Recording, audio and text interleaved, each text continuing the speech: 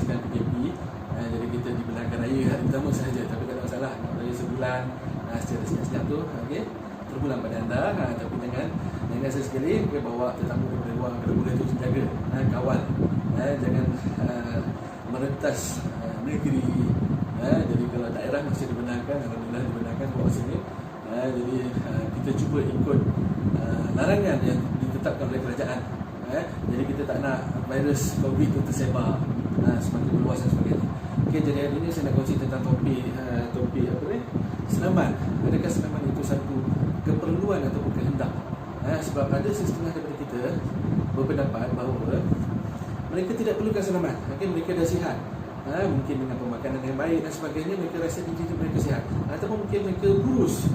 Jadi mereka rasa mereka tidak perlukan senaman. Jadi bila cerita tentang kebaikan senaman ni sebenarnya sangat-sangat banyak. Jadi cuma di sini saya rasa untuk topik hari ini saya akan kongsikan mungkin 10 kebaikan senaman yang besar yang kita boleh yang saya boleh rumuskan. Okey, jadi yang pertama, senaman sebenarnya memberi kita rasa gembira. Jadi dengan melakukan senaman, badan kita merembeskan serotonin, merembeskan norepinefrin yang menyebabkan kita rasa gembira. Akan tetapi senaman juga boleh menyebabkan kita rasa tekanan, menyebabkan kita rasa stres. Jadi kalau kita datang ke gym ataupun kita bersenam dalam keadaan kita stres, mungkin stres sebab kerja dan sebagainya, datang pula gym, jumpa pula trainer, macam tu punya garang, buat. Jadi kita tambah stres dan at the end of the day menyebabkan kita berdepan dengan masalah-masalah seperti sakit jantung dan sebagainya. Tapi poin paling besar kat sini senaman menyebabkan kita rasa gembira. Okey, yang kedua, ini mungkin faktor yang paling besar lah. Jadi senaman membantu kita menurunkan berat badan. Senaman tidak semestinya menurunkan berat badan, tapi senaman membantu menurunkan berat badan. Jadi kena ingat kat sini, kalau anda nak turunkan berat badan, konsep dia mudah, iaitu kalori masuk lebih rendah daripada kalori keperluan. Jadi kalau kalori masuk tu sangat-sangat banyak dan kita melakukan senaman ala kadar, kemungkinan penurunan berat badan tu tak ada lah. Jadi kalau dalam bahasa Inggeris kita panggil dia KICO, CICO, calorie in, calorie out. Jadi kena ingat konsep tu. Okey, jadi itu boleh kata poin yang paling besar. Jadi ramai bersenam semata-mata sebab nak turunkan berat badan, nak nampak cantik, lebih kepada beauty industry. Jadi bila datang gym, bang, saya nak six pack dalam masa 2 minggu boleh bang, which is almost impossible lah, untuk mendapatkan bentuk tu dalam masa yang segera, ataupun mungkin dia dalam kondisi yang dah bersedia untuk bentukkan 6 betul di perut dan sebagainya, mungkin boleh, tapi dalam kebanyakan kes agak mustahil lah. Okey, jadi yang ketiga, apa lagi ya? Okey, senaman membantu kita menambah tenaga kita. Jadi kebanyakan daripada kita mungkin berdepan dengan masalah chronic fatigue syndrome, menyebabkan kita rasa apabila kita meningkat usia, kita rasa letih. Jadi apabila kita melakukan senaman, dia membantu menambah tenaga untuk kita untuk melakukan kerja-kerja harian kita. Jadi itulah antara kelemahan apabila kita start berusia, menambah usia menjadi lebih matang dan sebagainya. Okey, jadi yang seterusnya, yang ketiga. Okey, yang ketiga apa dia? Okey, kalau kita tengok kat sini, senaman membantu memperbaik keadaan jantung kita. Jadi apakah adaptasi senaman pada jantung kita? Okey, jantung kita ni ada 4 chamber. Ada 4 ruang. Okey, jadi ruang yang bahagian atas kita panggil auricle, yang bahagian bawah kita panggil ventricle. Jadi ventricle kiri ni adalah ruang di mana kita mengepam ke seluruh badan kita. Jadi katakan kita tengah berlari, jadi bila berlari, bahagian yang memerlukan oksigen lebih adalah di bahagian kaki. Jadi bahagian left ventricle dia akan pump darah oxygenated blood, kepada bahagian yang memerlukan, kaki, jantung kita, otak kita. Okey, jadi apabila kita melakukan senaman jenis aerobik ni, dia akan membesarkan bahagian left ventricle. Jadi bila left ventricle membesar, let's say lah, katakan kita perlukan 1 kilogram oksigen. Katakan ni contoh, 1 kilogram oksigen tu banyak sebenarnya. Contoh, kalau ruang tu kecil, kita kena pump banyak kali baru kita dapat 1 kilo oksigen. Tapi kalau ruang tu besar, kita pump sikit dah dapat dah 1 kilo oksigen. Itu perbezaan antara seorang yang fit, seorang yang melakukan aerobic type of exercise, seperti jogging dan sebagainya. Dia punya capacity ventricle kiri itu lebih besar. Jadi kadar nadi rehat untuk seorang yang melakukan senaman aerobik sebenarnya lebih rendah. Jadi kalau kita test, kalau nak test tu senang je. Anda bangun pagi dalam keadaan tenang dan sebagainya. Dan tenang pagi tu bukan selepas mimpi hantu kan. Jadi bila tenang tu anda ukur sama ada di sini, dapatkan kiraan dia bermula daripada kosong kan, 0, 1, 2, 3 dan seterusnya. Kalau tak dapat kat sini, pergi kat bahagian bawah ni. Kalau tak ada kat sini, pergi kat atas ni. Kalau tak ada juga kat sini, mana anda dah mati tu. Okey, jadi kosong kita ambil dalam masa seminit. Bila ambil dalam masa seminit tu, sekiranya di bawah 70, kita anggap dalam kategori masih kategori fit lah. Di bawah 70. Jadi kalau lebih, kita mana 80, 90, mana kategori yang tidak fit. Di mana anda punya ventricle kiri itu kecil. Jadi tapi kena ingat tidak semestinya rendah itu baik. Ia boleh jadi juga disebabkan masalah jantung kita. Jadi kalau kita test, kita tengok cecah 50 dan sebagainya, tapi kita tidak pernah senang. Itu mungkin petanda yang lain.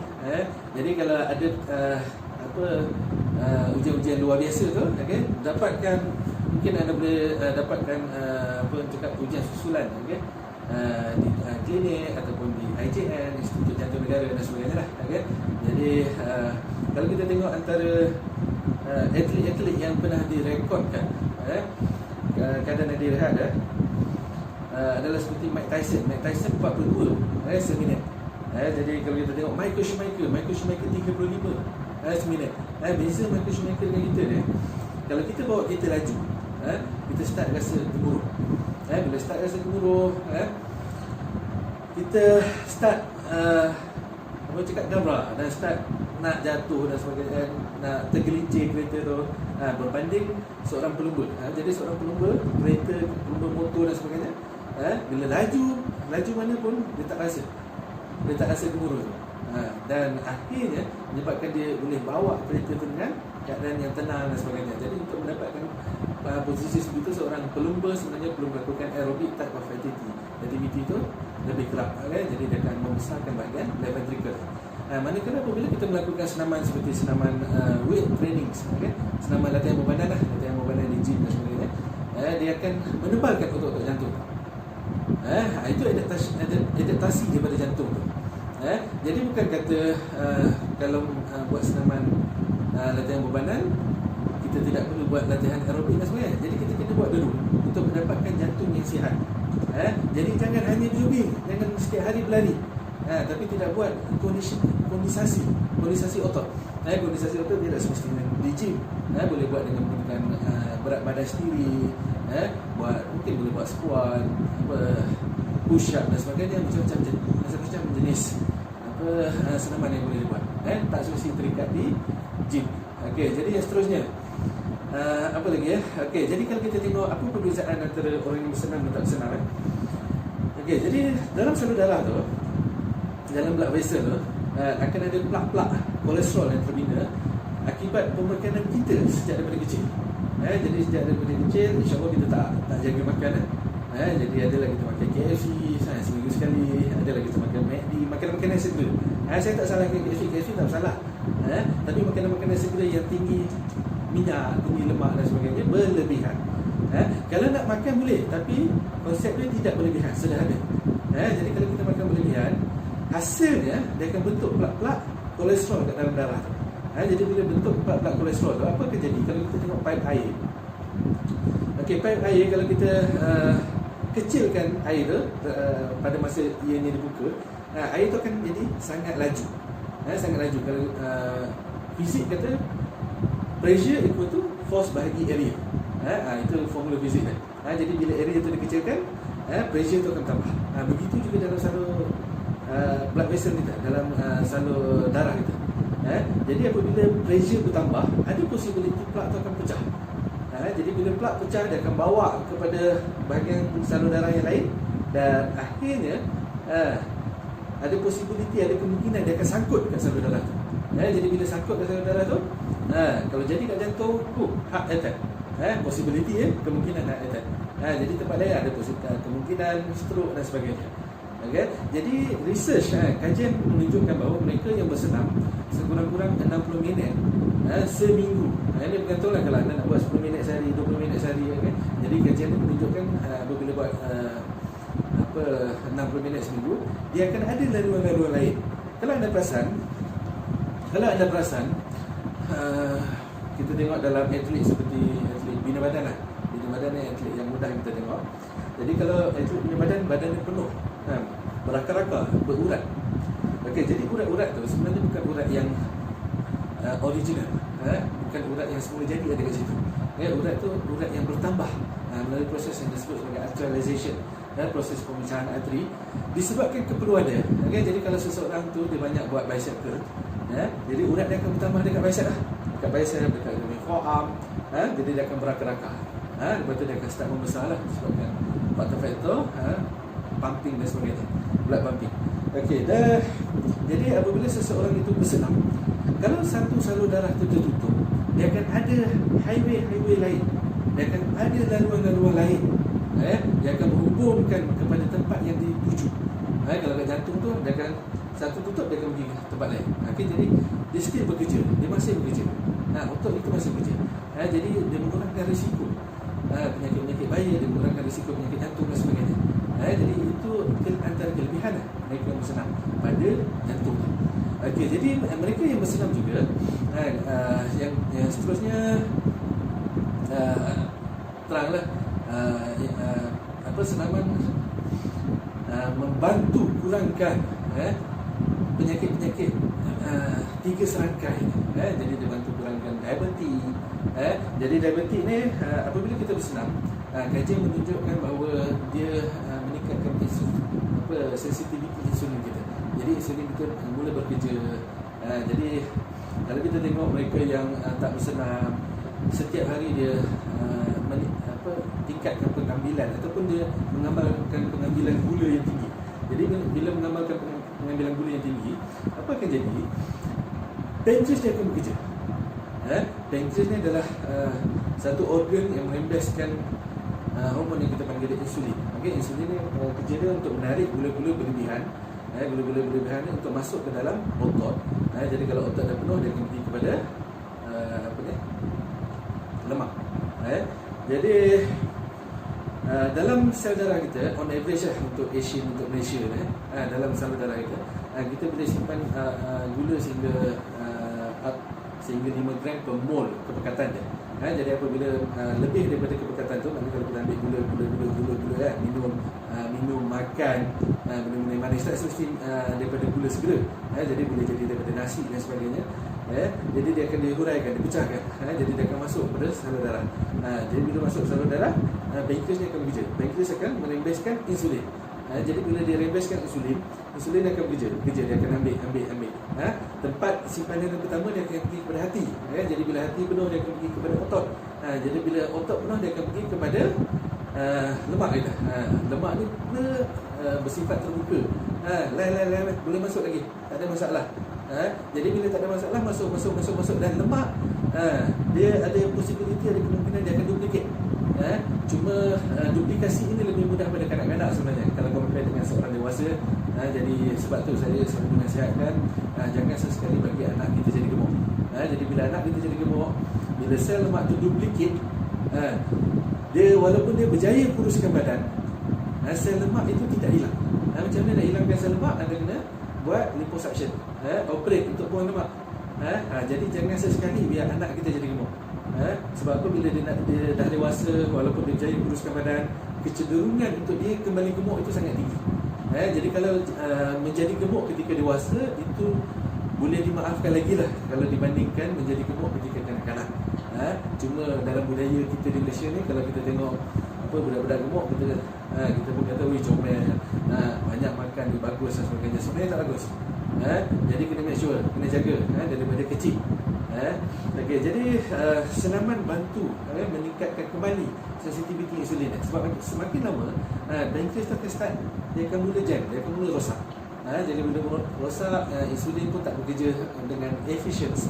Jadi bila tak bekerja dengan efisien, apa jadi pada otot dan lemak?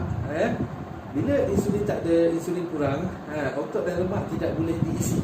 Jadi bila tidak boleh diisi, kalau kita tengok sindrom pertama yang boleh nampak pada diabetic patient adalah dia turun berat badan secara mengejut. Jadi kalau ada kawan-kawan kita tiba-tiba dia kurus sebelum dia gemuk, tiba-tiba kurus, boleh jadi something wrong sampai. Boleh jadi tapi boleh jadi juga dia tengah diet ataupun dia tengah potong pemakanan dia, tengah jaga pemakanan dia. Jangan pula kita cakap dengan dia, bang, abang kena diabetes ni bang. Okay, jadi cuma beware lah, jaga-jaga. Kalau kawan-kawan kita tiba-tiba turun berat badan secara mengejut tu, kita pergi check. Sebab kita takut dalam kelemahan, pankreas ni akan terus rosak. Bila terus rosak, pankreas ni tak boleh nak kembali balik fungsi pankreas ni. Jadi kalau type 1 diabetes ni memang pankreas dia daripada awal kemungkinan dah tak ada, ataupun memang boleh kata total failure dekat pankreas lah. Tapi untuk stage 2 terjadi disebabkan gaya hidup kita. Jadi senaman membantu improvekan kita punya insulin sensitivity. Dia bantu merawat.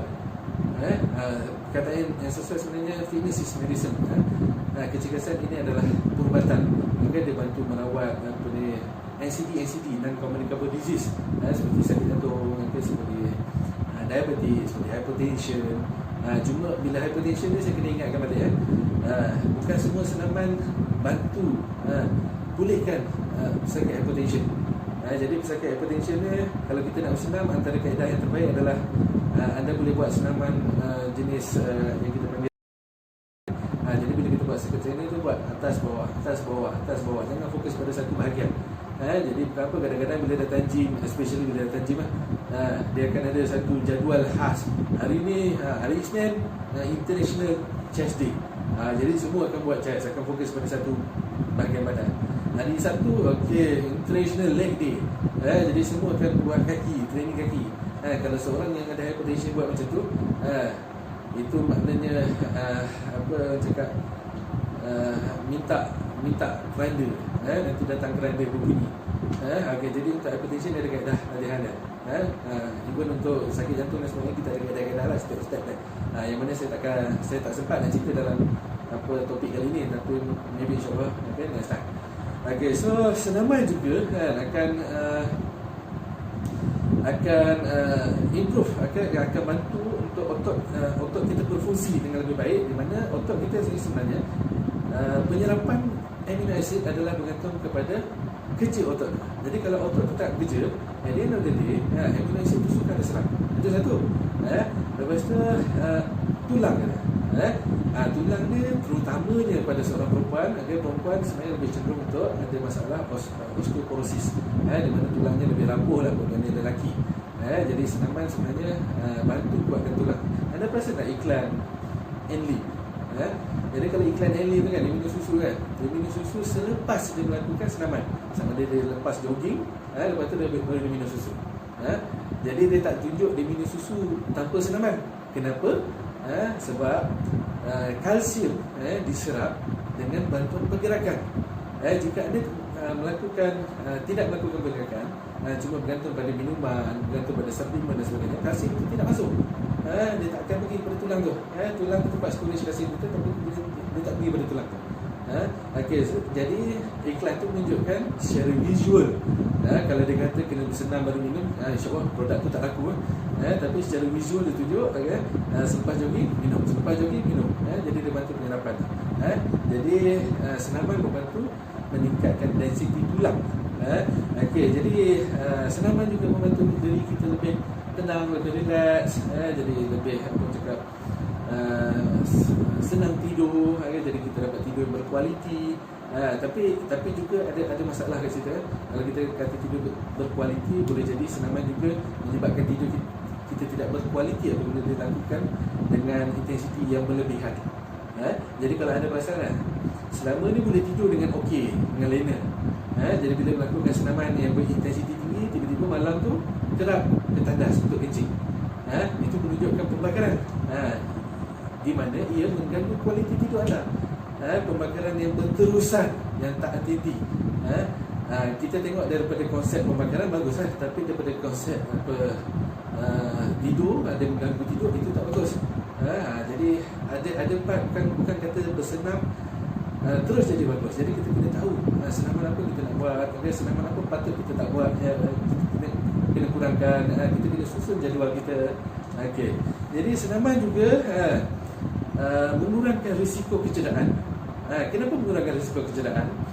Jadi apabila kita meningkat dewasa, pada ketika kanak-kanak, kita lebih banyak bermain.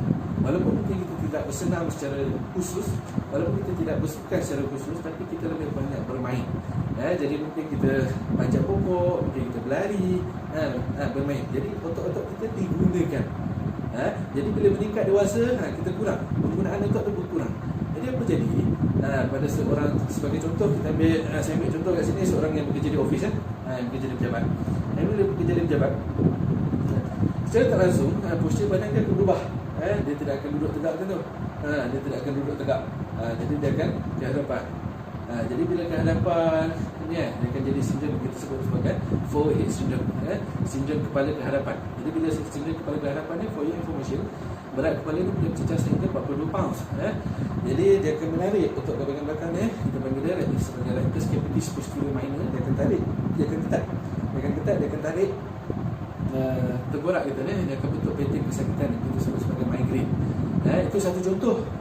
Jadi sebenarnya banyak lagi. Walaupun seorang tu mungkin dia bersukan, dia mungkin melakukan satu sukan, tapi sukan yang tertentu, khusus. Jadi dia terlibat dalam satu pergerakan itu sahaja. Manakala otot-otot berlawanan dengan dia tidak dilatih. Jadi dalam posisi duduk di office dan sebagainya kan, otot yang diperlukan termasuk kan kita punya boy. Lepas tu otot yang terlebih guna, seperti kita punya sternocleidomastoid. Ni semua otot-otot yang terlebih guna.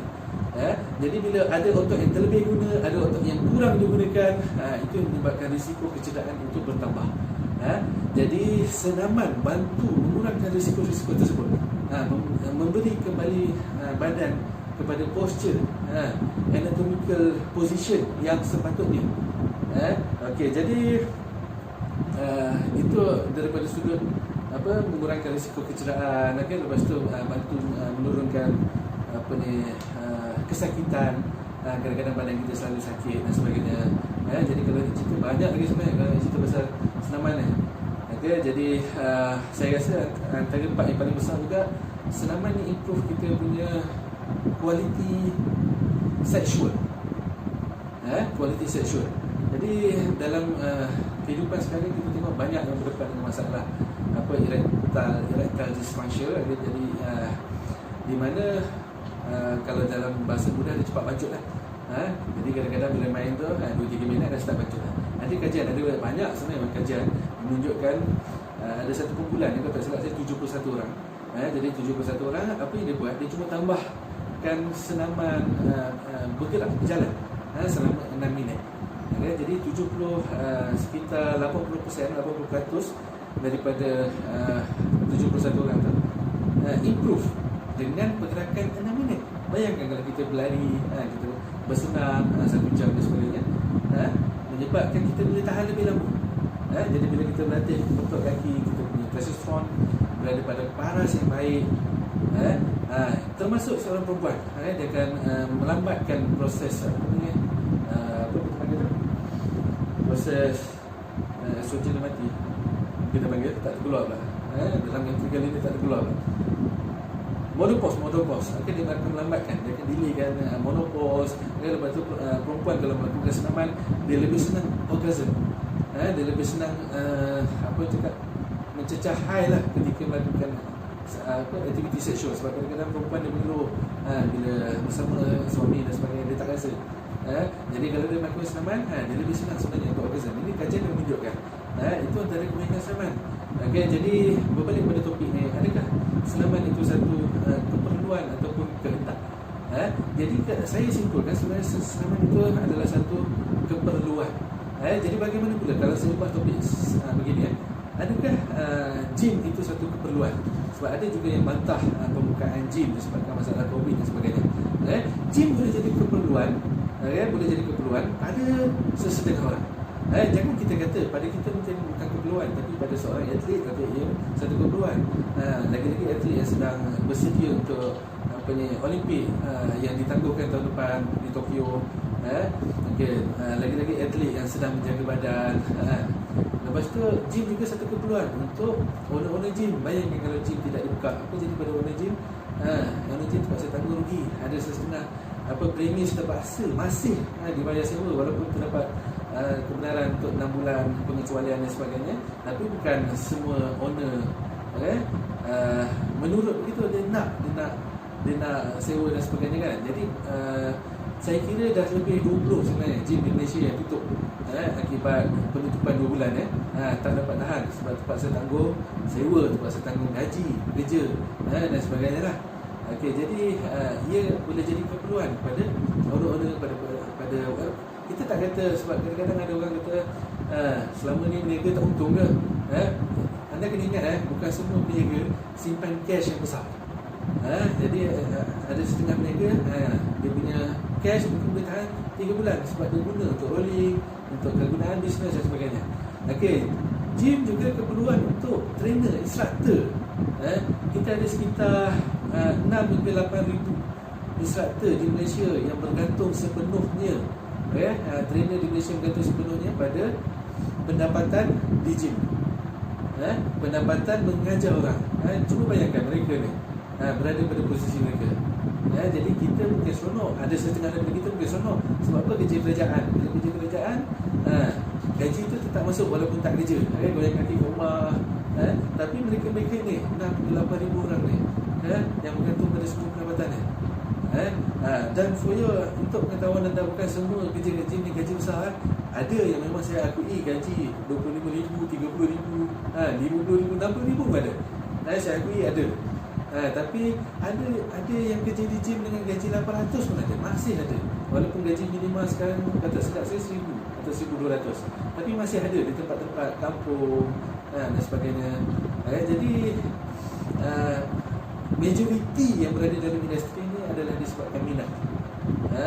Bukan disebabkan minat, jadi mereka berada di gym disebabkan mereka boleh training, boleh berlatih untuk diri sendiri.